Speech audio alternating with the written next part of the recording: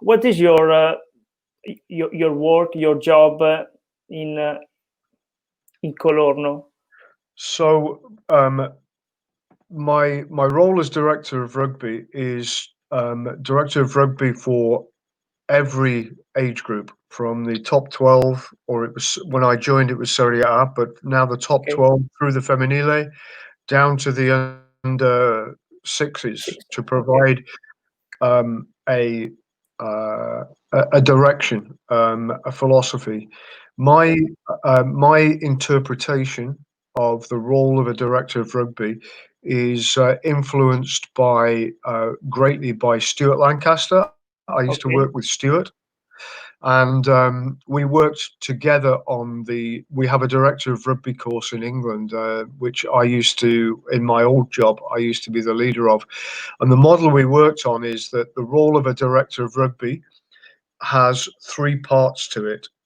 Okay. Um, the one part is leadership, one Okay. part is management, and one part is coaching. So Okay. leadership for me is about defining the vision, defining the philosophy, um, making sure that everybody understands what the vision is. Management is about making sure there are processes, meetings, reporting, just Okay. processes that make sure that the vision is delivered. Okay. And coaching, the last part of it, is my favorite part, and that's working with individuals in the group to make sure that they have the skills, the training, the knowledge to be able to do all of this. So it's leadership, management, and coaching is the role that I have at Colorno. Okay. Okay. And how do you how do you teach leadership? Oh no, how do you uh, I don't know, how do you teach leadership with your coaches? So I have a very clear uh, philosophy around rugby, which I think I have a coaching philosophy Okay. uh, and a rugby philosophy, a playing philosophy.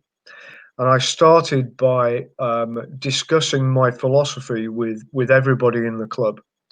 Um, Okay. my philosophy is very simply, my coaching philosophy is you don't coach players, you coach people. Okay. It's important to, if we treat them just as players, Yeah. they will behave just as players. If you treat people as human beings and people, you'll get much more from them. So that's I started by explaining that as being my coaching philosophy. Okay. Um, the second part of my coaching philosophy, how do we deliver that, is based on enjoyment, Okay. fun, and experiential learning. So most of my coaching um, is done through games, playing games. Okay. People come to a rugby club, people play a team sport because they are competitive. Yes. They want to play. Um, they don't want to stand in a queue. They don't want to hit a tackle shield. Yeah. They don't want to be told what to do. They want to explore. So that's, for me, that is how you deliver the coaching philosophy. It's through, as much as you can, through games. Yeah. It's a sense of freedom. It is. It's. I like people to be playful. I like people to be creative. Um, the rugby part of this is that great coaches, great managers, great people have a talent for making complex things simple. Okay. Yes. And for me, um, too many coaches get lost in coaching detail, and they forget the principles. They forget why we do what we do. Okay. So the principles of play, I've seen them in the Italian Federation coaching courses and Yeah. every group, but helping coaches understand the decision making, that comes from these principles is really, really important. So, for example, go forward. Everybody knows go forward. Yes. There are only three decisions to make for a player. Yeah. Do I run forward? Do I pass the ball to somebody Yeah. else who can run forward? Or do I kick the ball forward? Exactly. Simple. Support. There are only two decisions to make. Do I support the ball Yeah. or do I support space? And Okay. when you simplify those decisions, then you play a game, maybe a game of touch rugby or a conditioned game. You play a game, you feed back on the decision making of the player, not necessarily on the execution of the skill. Yes. So if you do that, Yeah. you're promoting thinking players who understand the game, not robots who can pass with their elbows high and Yeah. Okay. Okay. Yes. etc. So that was kind of, I invested a lot of time with the coaches, helping them. These are my thoughts. Being Italians, being creative, the guys have gone way beyond my creativity, and in terms of delivering games, it's fantastic. Yeah. The response has been excellent. Yeah. Yeah. So it's easy to say, maybe sometimes tough to do, but if you got it's right, if you got 3 or 4 principles in your mind, it's easier to coach and to give feedback to the player. Yes. It changes the level of feedback. I used to be in England, I was very frustrated when I saw players play a game and a player would make a really good decision to, I don't know, to keep the ball, to go forward, make 2 or 3 really good decisions, and then the final pass wasn't particularly accurate. Okay. And the coaches, all they focused on was the final last pass. Yes. bit of the pass, not all the good decision making Yeah. that had gone before it. So I think it's really important to simplify the game in terms of principles and decisions around the principles, Yeah. not how to pass. I think you need to learn why before you necessarily learn how. It's really, really Yeah. important. Yeah. Absolutely. So Absolutely. I like good decision makers. So learn why before you learn how. I'm not saying that detail is not important. Okay. So what I did in England was, and we use in Colorno, is a system where, for example, the focus and it's really important to have a focus and an outcome for every part of every session. Yeah. But it might be, the outcome might be go forward. It's a principle. Okay. We're trying to improve our go forward. Yeah. We may have a game 5v5, 5 players Yes. versus 5 players, but we've got 15 players in total. So Okay. 5 will play 5, and we'll play a game, and the coaches will watch the game. Yeah. They will play in what I call the game zone. Yeah. And then in the skill zone, which is a small area off the side of the pitch, we will work on a specific skill. So what is stopping us from going forward? Well, it's lack of accurate passing. Okay, those 4 players, 5 players, go in the skill zone. Yeah. Work on your passing skills, and then go back into the game, and we take some more players out.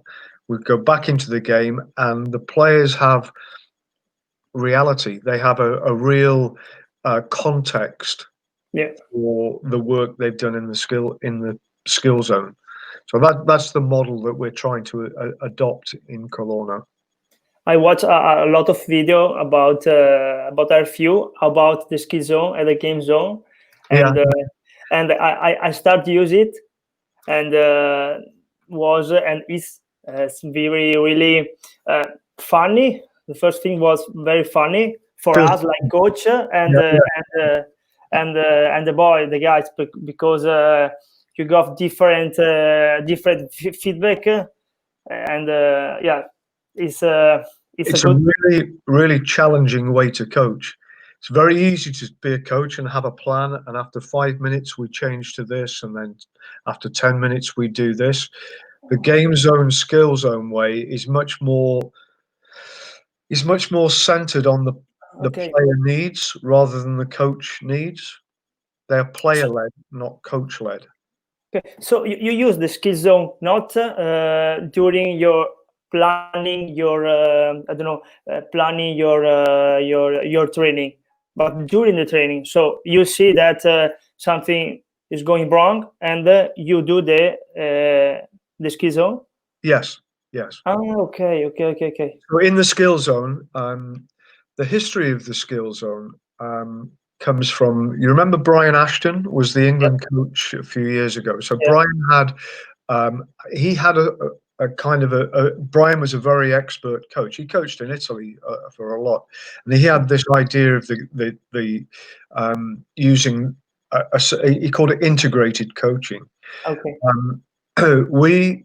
There's three of us worked together.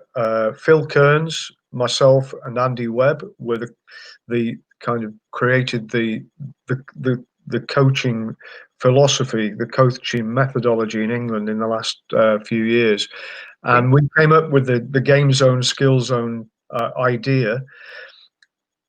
It has to be absolutely outcome focused. You can't just have a game.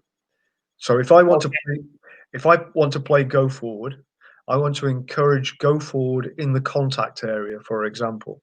Okay. So I might play a game. So I think, what game would promote that? Well, we'll not play contact. We'll play touch. First touch continues. Second touch, there's a condition. You maybe go to ground. Okay. So we're in that game. You might be looking for that to be successful in the game. It might be footwork that you need to do. So in the skill zone, guys, those four people are really poor at their balance. So you go in the skill zone for a few minutes with another coach and work on your balance, so you're more agile. You have a better footwork into the contact. For a different group of players, it might not be their footwork. It may be they approach the tackle area with their head down. So would do something else in the skill zone that helps them, and it allows you to differentiate between the different needs of the players. Okay.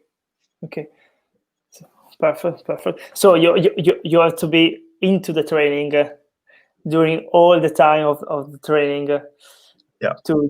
To be able to see that things and shift some player to do other things. Yeah, I guess I've coached for many years now, for a long time. I'm 60 years old, so I've coached for a long time. I have a start point in a coaching session, and I have an outcome, an end point. Okay. How I get there is never a straight line. It never goes in a straight line. It depends on the feedback I get from watching, observation. It has to go at the speed that the players are comfortable with as well. So you use your observational skills. You also try and raise awareness amongst the players as to how they can improve what they're doing. Yeah. How do you improve on a coach this skill, this observation skill? Because I think is basic. I think is basic. Just experience. My biggest tip would be, don't try and coach everything. Okay. Focus on, look for a couple of things. Okay. Don't try and coach. I see coaches who want to coach using a game. Okay. But they try and coach everything. They try and look and observe at everything. You can't coach everything. Just be really focused in what you're looking at. Yeah. Yeah. Perfect. So we just came back to your role of director for rugby in Colorno. Yeah. And another question that I want to ask you: how do you manage a big staff of coach that obviously coach different age? So how is your I don't know, communication for under 6 coach and under 18 coach? I'm not a directive coach. I try not to be directive. The best, I guess I would sum up my approach by, does the coach understand my philosophy? Okay. Does the coach understand and does the coach embrace the philosophy? Okay. Do they understand the principles of play that we talked about and the decisions involved around the principles of play? Okay, I'm happy for you as a coach then to go and interpret that in your own way in the under 12s, in the under 10s, because the detail will be different for every age group. Yeah. If we take a detailed approach and say that every 8-year-old must pass in the same way, it's a little bit like saying they must all be able to paint the Mona Lisa or a masterpiece straight away. Yeah. I'm happy for them to, go and let the players experiment and enjoy. My role as a director of rugby is I observe, and I'm here if you need me. If you need any more advice. I do run through a review process with coaches. Okay. This doesn't work in Italian, but I think it's a useful process for if you think of the letters REVIEW, review. Yeah. They spell review. Yeah. The R bit stands for reassure. So everybody, when they finish this session, are a little bit high. So you come back and you reassure them. Okay. The E is establish what their outcomes were. What were you trying to get from that session? What were the goals? So I establish the goals. Then I visit the session with 2 questions. Okay, with those goals in mind, with those outcomes in mind, what went well? Okay. Not what did the players do well, what did you do well as a coach? Okay. What players' performance I'm interested in, it's your performance. Okay. Yes. When did you ask the players a question? When did you move on at the right time? When was your progression good? Then the second question, and this is difficult for Italians, I ask what didn't go so well. Okay. Because Italians, it's really important to get those questions. British people are the same. If you ask somebody, how did the session go? They will go straight to the negative. Yes. But it's important to go, what went well? Ask the good question first. So the I in review, so REVI, is to invite the other coaches just to comment. How did the fellow coaches feel about that? Do you agree with those observations? Because they may have seen something else. The E is then just to emphasize, English word, emphasize. So this is what went really well. This is what didn't go so well. And then W is what would you do differently next time? Okay.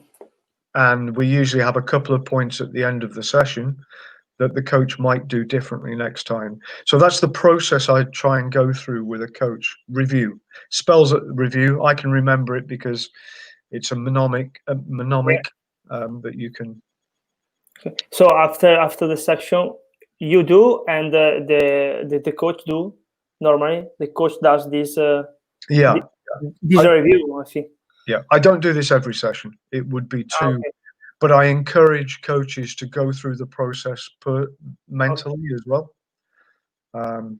It's something that is really useful over a coffee. Yeah. Okay.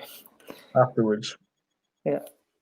And I think in a season, how do you check the improvement of a coach, of the coaches? I If you think, do, no, it's a process of observation. It's a process of feedback. It's a process of, it's not testing people. It's not a test. It's not an examination of their skills. It's a joint commitment to improvement. okay. So how we're gonna change this? What are we going to do? It's we, not you. What are you going to do? It's how are we going to get better? What's the next step?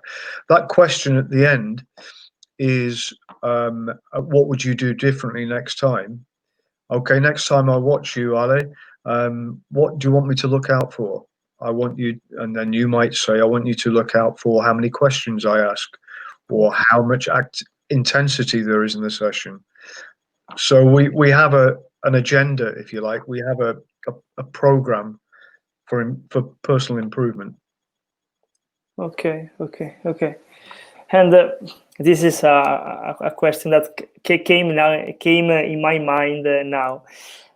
If you arrive in a club and you got low quality of coach, low about skill level, knowledge. Okay, it's easy. You work on it and it's all right. But if you arrive in a club and you are lucky and you find a high quality coach, where do you start to work, or where do you work?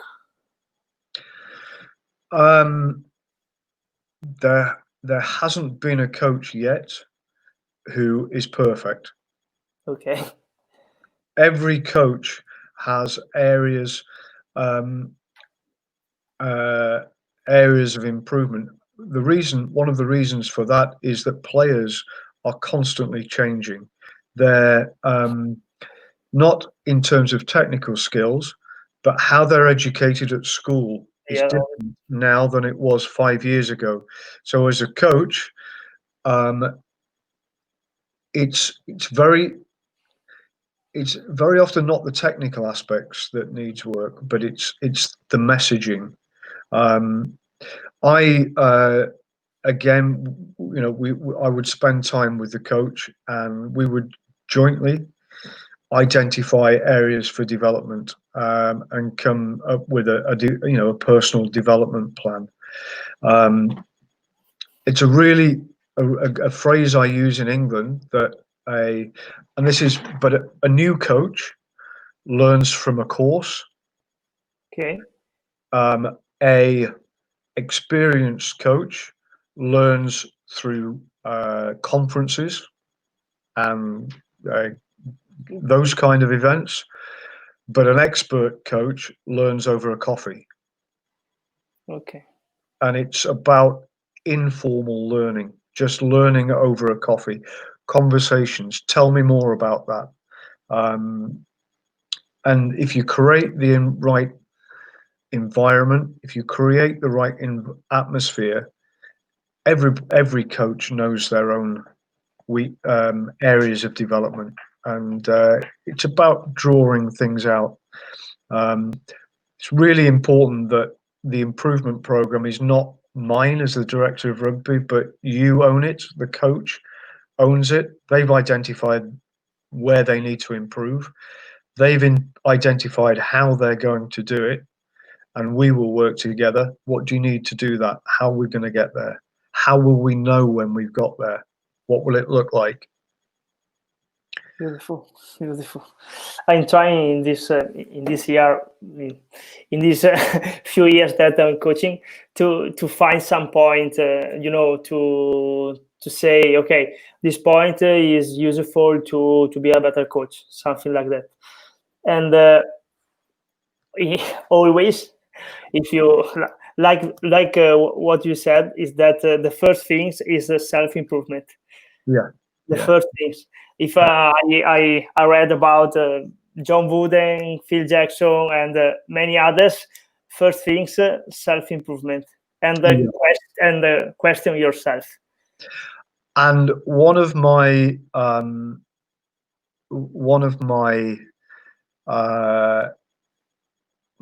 what's the word? One of the warnings I would have is that in a coach, does this coach want to improve?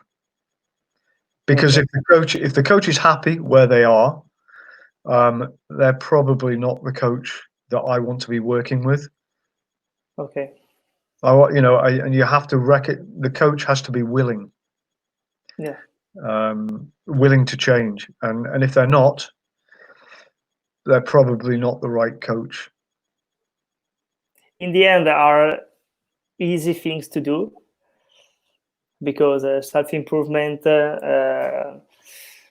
wanted to change your mind, your way, and but in the end, it's difficult to, I don't know, for many coach to understand the importance of these little things. Because it's a really honesty and self-awareness. Oh, excuse me, sorry, my phone. Self-awareness and honesty are just really important qualities of any coach and anybody who develops coaches. Yeah. So another question that I want you to know from you is this: if you arrive in a new club and what is your primary focus? For example, you start to work with a coach or I don't know, the facilities. What is your primary, second, and focus? Which area? So again, it's a phrase that's used in England. Stuart Lancaster uses it a lot, and he's been very successful in Leinster. It's a phrase we use: culture comes before performance. Okay, environment Comes before performance. You have to have the right environment. For a short period of time, you may be able to buy performance, but for it to be sustainable, you have to have the right culture and the right environment around you. So that is really important. How do people feel when they're in this environment? Does it make them nervous? Does it make them, or does it inspire them? It's a very fine line between being inspired to be better and challenged to be better, and be threatened and feel threatened. And in a culture like that, the first the first people that can I don't know, that can improve this environment, this type of culture, is, for example, a role like you, or is the president? I think it's everything. I try. We spend a lot of time with the people at my club.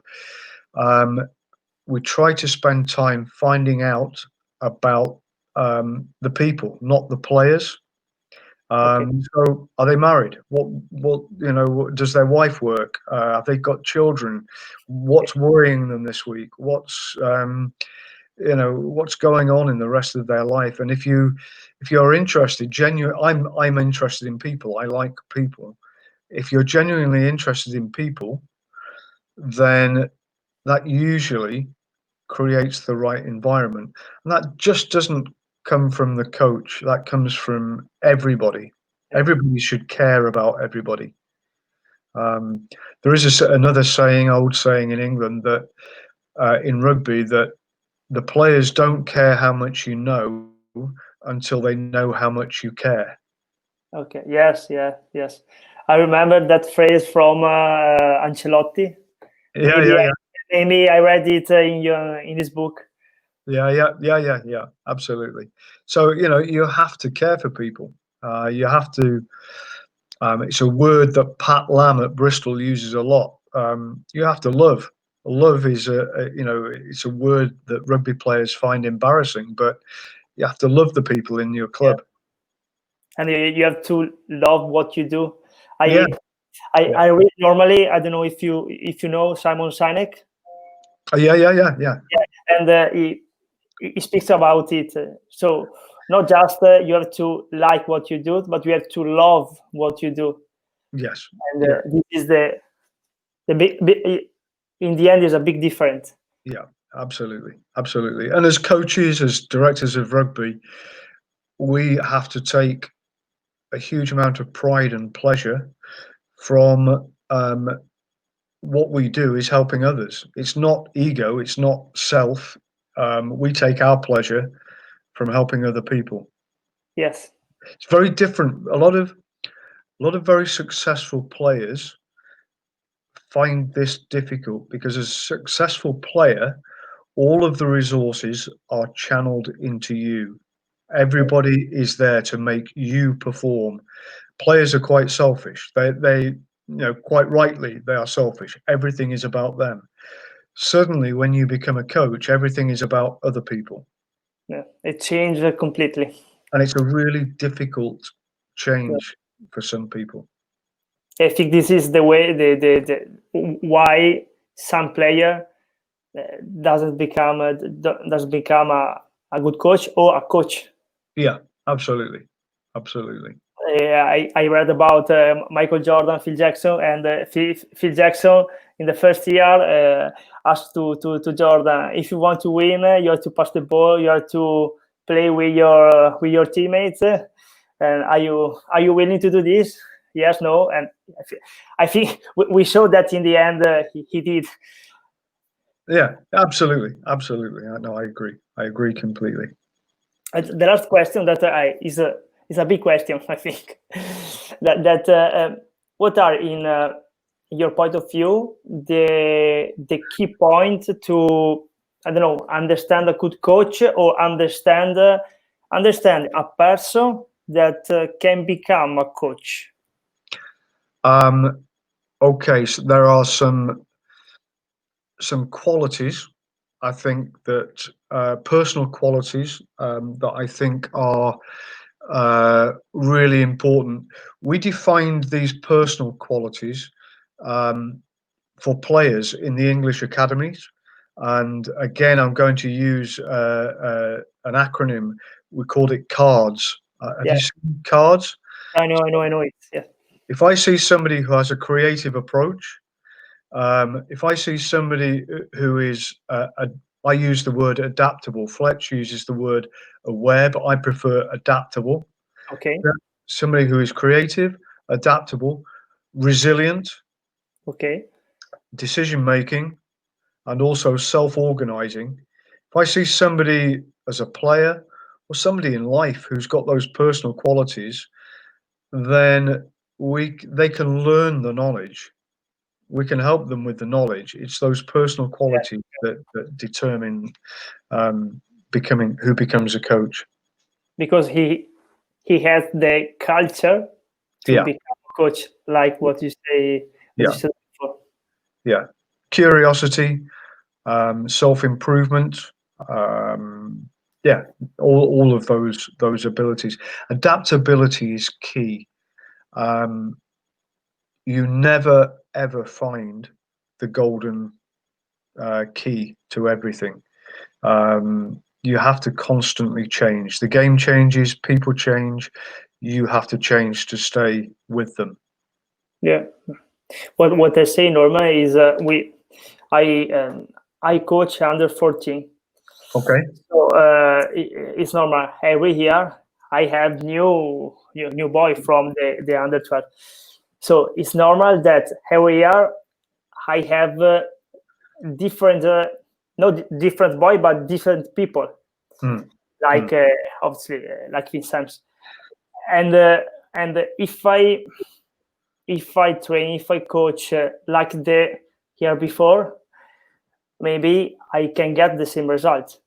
So for example, normally we do this. We win this season. We win the trophy, the championship, I don't know what, and in the following season, we keep going to train the same way, same exercise, same game.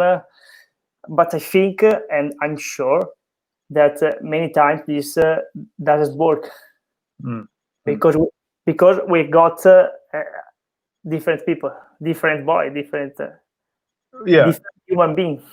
Different human beings, and also, you are different as well.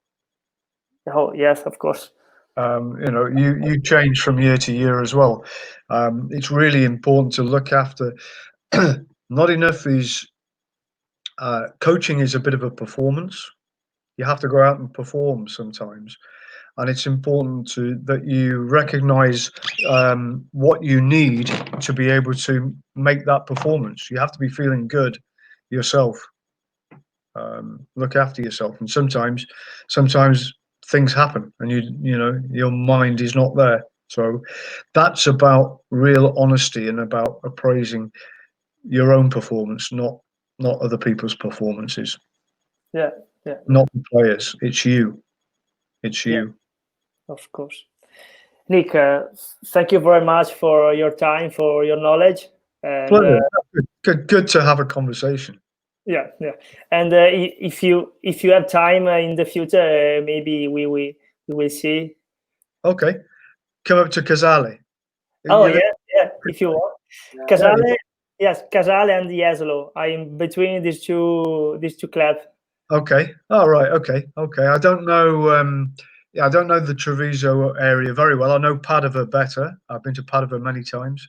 Yeah. But no, it'd be good. Would be good to catch up. And anybody else who listens to this, just please drop me if you want to discuss what we do at Colorno, or how we could. We can share some of the ideas. I just love having conversations like this. Thank you. Yes, of course. Thank you very much. Thank you very much, Nick, and see you again. Okay, have a good evening. Buona serata. Bye. Ciao, ciao.